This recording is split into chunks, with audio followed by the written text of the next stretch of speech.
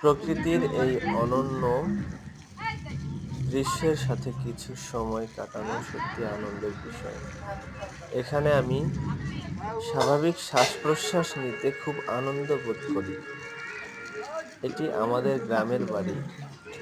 সাধারণত আমার মামা এখানে জমিতে পানি দিচ্ছে।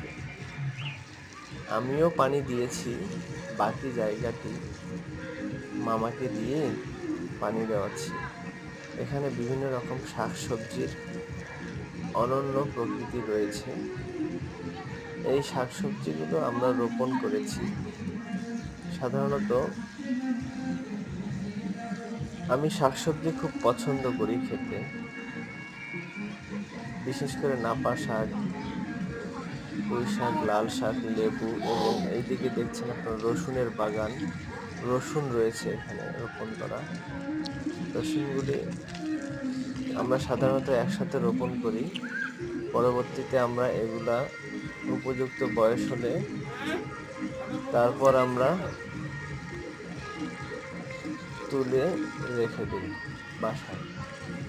সকলকে অসংখ্য ধন্যবাদ জানিয়ে শেষ করছি।